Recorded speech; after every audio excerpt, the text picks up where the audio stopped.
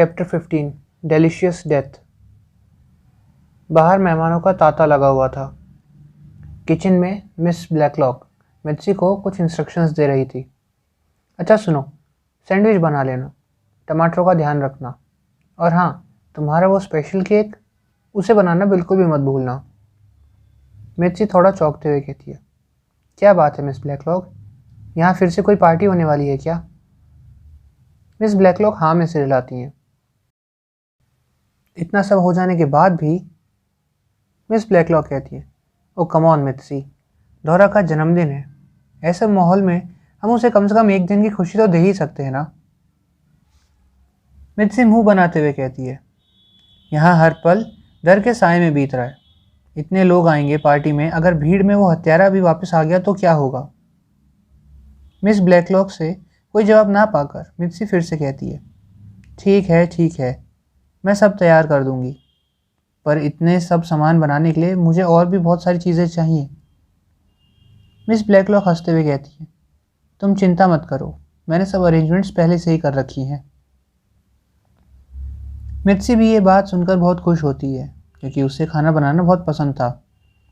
वो बहुत चाव में भरकर कहती है, हाँ, मैं वो सब बनाऊंगी, और वो केक भी, जिसे पैट्रिक डिलीशियस, अरे नहीं, मैं ऐसा कोई नाम नहीं लेने वाली। मेरे केक के लिए अब से कोई ऐसा नाम नहीं लेगा। इसके बाद मिस ब्लैकलॉक किचन से बाहर निकलती हैं कि तभी उन्हें मिस डोरा बर्नर मिल जाती हैं, और वो उनसे पूछती है कि तुम कहाँ जा रही हो, जिस पे डोरा उन्हें बताती है, मैंने सोचा कि मिर्ची अकेले सब काम कर रही है तो क्यों ना उसकी थोड़ी मदद ही कर दूं। मिस ब्लैकलॉक कहती है, ओहो डोरा, तुम भी ना, जाने भी दो उसे, तुम्हें तो पता ही है मिर्ची को पसंद नहीं है कि कोई उसके काम में गलतियाँ निकाले, और वैसे भी आज तुम्हारा जन्मदिन है, तुम्हें थोड़ा आराम करना चाहिए। डोरा ये बात सुनकर थोड़ा हंसते हुए कहती है, अरे तुम्हें पता है, अभी अभी एडमंड स्वीटनहैम का फ़ोन आया था, उसने मुझे जन्मदिन की बहुत सारी बधाइयाँ दी और बोला कि वो मेरे लिए शहद का एक जार ला रहा है गिफ्ट के तौर पर, और तुम्हें पता है आज मैं पूरे 58 साल की हो गई हूँ। मिस ब्लैकलॉक हंसते हुए कहती है, शायद तुम्हारा मतलब है 64 की, है ना डोरा? और सभी हंसने लगते हैं। तभी मिस ब्लैकलॉक दोबारा कहती है, आज तो तुम्हें बहुत सारे गिफ्ट्स मिलने वाले हैं डोरा, शहद से भरा एक जार, साथ में अंडों की टोकरी, बहुत सारी चॉकलेट्स, और हाँ, मिर्ची के लाजवाब खाने के बारे में हम कैसे भूल सकते हैं। डोरा कहती है, और मैं तुम्हारे दिए इस सुंदर ब्रॉच को कैसे भूल सकती हूँ, ये सच में बहुत खूबसूरत है लेटी, इस सुंदर ब्रॉच के लिए तुम्हारा बहुत बहुत शुक्रिया। पैट्रिक एक पैनी आवाज़ में कहता है, आहा, डिलीशियस डेथ, इसके बिना तो पार्टी अधूरी ही रहती। क्या यही डोरा का जन्मदिन का केक है? मिस ब्लैकलॉक उसे हाथ से इशारा करते हुए कहती है, अरे धीरे बोलो, मिर्ची ने सुन लिया तो गड़बड़ हो जाएगी, उसे पसंद नहीं है कि तुम उसके केक को ऐसा कोई नाम दो। तभी माहौल बदलने के लिए डोरा बीच में बोल पड़ती है, हाँ, यही मेरा जन्मदिन का केक है, और ये मेरा अब तक का सबसे स्पेशल जन्मदिन होने वाला है। कर्नल ईस्टरब्रुक्स डोरा को मिठाई का एक डिब्बा देते हैं, जिसे पाकर डोरा का चेहरा खिल उठता है। इतने में ही मिस हिंचक्लिफ मिस ब्लैकलॉक से सवाल करती हैं, क्या आपने कोई नया गार्डनर रखा है काम पर? नहीं तो आप ऐसा क्यों पूछ रही हैं? वो मैंने एक आदमी को देखा था आपके घर के बाहर गार्डन में, इसलिए मुझे लगा कि शायद। ओह नहीं, ऐसा कुछ भी नहीं है, वो ज़रूर से डिटेक्टिव होंगे। इतना सुनते ही मिसेस ईस्टरब्रुक्स के हाथ से उनका हैंडबैग नीचे गिर जाता है, और वो हकलाते हुई आवाज़ में कहती हैं, क्या कहा? डिटेक्टिव? वो यहाँ किस लिए आए थे? जूलिया कहती है, अरे आपको नहीं पता, उन्हें अभी भी लगता है कि आंट लेटी पर फिर से हमला हो सकता है, इसलिए वो उनकी सुरक्षा के लिए यहाँ पर निगरानी करते रहते हैं। इतना सुनकर मिस ब्लैकलॉक थोड़ा चिढ़ते हुए कहती है, मैं अपनी सुरक्षा खुद कर सकती हूँ, मुझे किसी की मदद की कोई ज़रूरत नहीं है, समझे? तभी डोरा रोती हुई सी आवाज़ में कहती है, इतने अच्छे दिन पर हम सब लोग ऐसी मनहूस बातें क्यों कर रहे हैं? कुछ नहीं होगा लेटी को, मैं लेटी को कुछ नहीं होने दूंगी। थोड़ी देर माहौल में शांति रहती है, फिर सभी लोग अपने अपने काम में दोबारा लग जाते हैं। तभी पैट्रिक जूलिया से कहता है, अच्छा ही हुआ कि मिस हरमन यहाँ नहीं आई, वरना वो तो ज़रूर से यही कहती, आपको अभी भी कोई मारना चाहता है मिस ब्लैकलॉक। जूलिया पैट्रिक का साथ देते हुए कहती है, तुमने बिल्कुल सही कहा, वो और उनकी वो अजीब सी दोस्त मिस मार्पल, मुझे तो दोनों ही पसंद नहीं हैं। कितने अजीब हैं वो दोनों। उसके बाद सभी लोग खाना खाकर पार्टी का मज़ा लेते हैं और अपने अपने घर चले जाते हैं। सभी के घर जाने के बाद मिस ब्लैकलॉक डोरा से पूछती हैं, तो पार्टी कैसी रही डोरा? डोरा बहुत खुश होते हुए कहती है, मुझे बहुत अच्छा लगा कि मेरे जन्मदिन पर इतने सारे लोग आए थे। सच में खुशी के मारे मेरा तो सिर ही फटा जा रहा है। इस पर लेटी उसे छेड़ते हुए कहती है, वो तो तुम्हारे सुबह से मीठा खाने की वजह से दुख रहा होगा डोरा। सोने से पहले एस्पिरिन की 1-2 गोली खा लेना, सुबह तक ठीक हो जाएगा सब। डोरा इस पर हाँ में सिर हिलाती है और ऊपर सोने के लिए चली जाती है।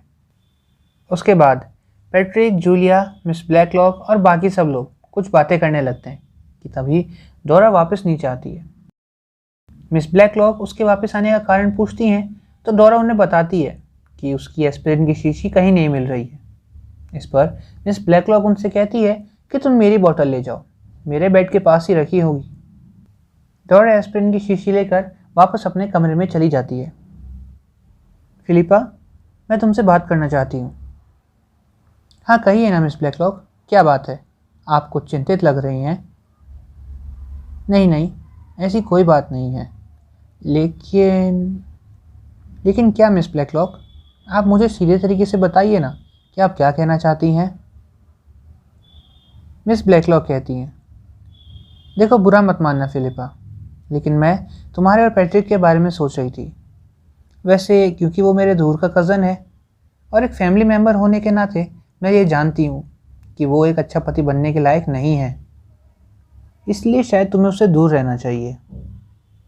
ये बात सुनकर फिलिपा चौंकते हुए बोलती है, नहीं नहीं, मेरा ऐसा कोई विचार नहीं है मिस ब्लैकलॉक, आप गलत समझ रही हैं। मिस ब्लैकलॉक कहती है, ठीक है फिलिपा, लेकिन मैं तुमसे एक और चीज़ के बारे में बात करना चाहती हूँ। मैं आज मेरे वकील के पास गई थी अपनी वसीयत के बारे में बात करने के लिए। मैं चाहती हूँ कि मेरे मरने के बाद सब कुछ तुम्हारा हो जाए, डोरा के हिस्से को छोड़कर। तुम्हारे आगे तुम्हारी पूरी ज़िंदगी पड़ी है, फिर तुम्हारे पास एक बच्चा भी है, उसका भी लालन पालन तुम्हें करना है और आगे उसके एजुकेशन का खर्च भी तुम्हें ही उठाना पड़ेगा। इतना सब तुम अकेले कैसे करोगी? इसलिए मैंने सोचा कि मैं मेरी तरफ से तुम्हारी कुछ मदद ही कर दूँ। मिस ब्लैकलॉक की ऐसी बातें सुनकर फिलिपिया के आश्चर्य की कोई सीमा नहीं रही।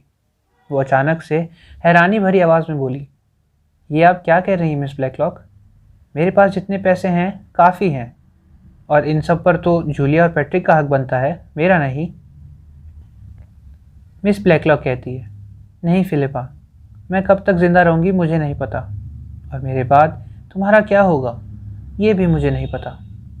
मैं मेरे मर जाने के बाद तुम्हें किसी भी तरह तकलीफ़ नहीं उठाने देना चाहती, इसलिए मैंने फ़ैसला कर लिया है और यही मेरा अंतिम फ़ैसला है। इतना कहकर वो कमरे से बाहर चली गई। मिस ब्लैकलॉक के बाहर जाने के बाद वो उन्हें और जूलिया को बात करते हुए सुनती है और उसके थोड़ी देर बाद जूलिया भी कमरे में आ जाती है। जूलिया की आंखों में चमक थी। तुमने तो अपना काम बहुत ही बखूबी तरीके से करा है फिलिपा, बहुत अच्छी चाल चली है तुमने। फिलिपा मुंह बनाते हुए कहती है, तुम क्या कह रही हो? मुझे तो कुछ भी समझ नहीं आ रहा। जूलिया कहती है, ज़्यादा भोला बनने का नाटक मत करो अब तुम, समझी ना? मुझे सब कुछ पता चल चुका है, लेकिन एक बात का ध्यान रखना, अगर अब मिस ब्लैकलॉक को कुछ हुआ तो सबसे पहले शक के घेरे में तुम ही आओगी, समझी ना? तो बस आज के लिए इतना ही। अब मैं मिलूँगा आपसे एक नई वीडियो में, तब तक के लिए be safe, stay healthy and keep reading. Bye.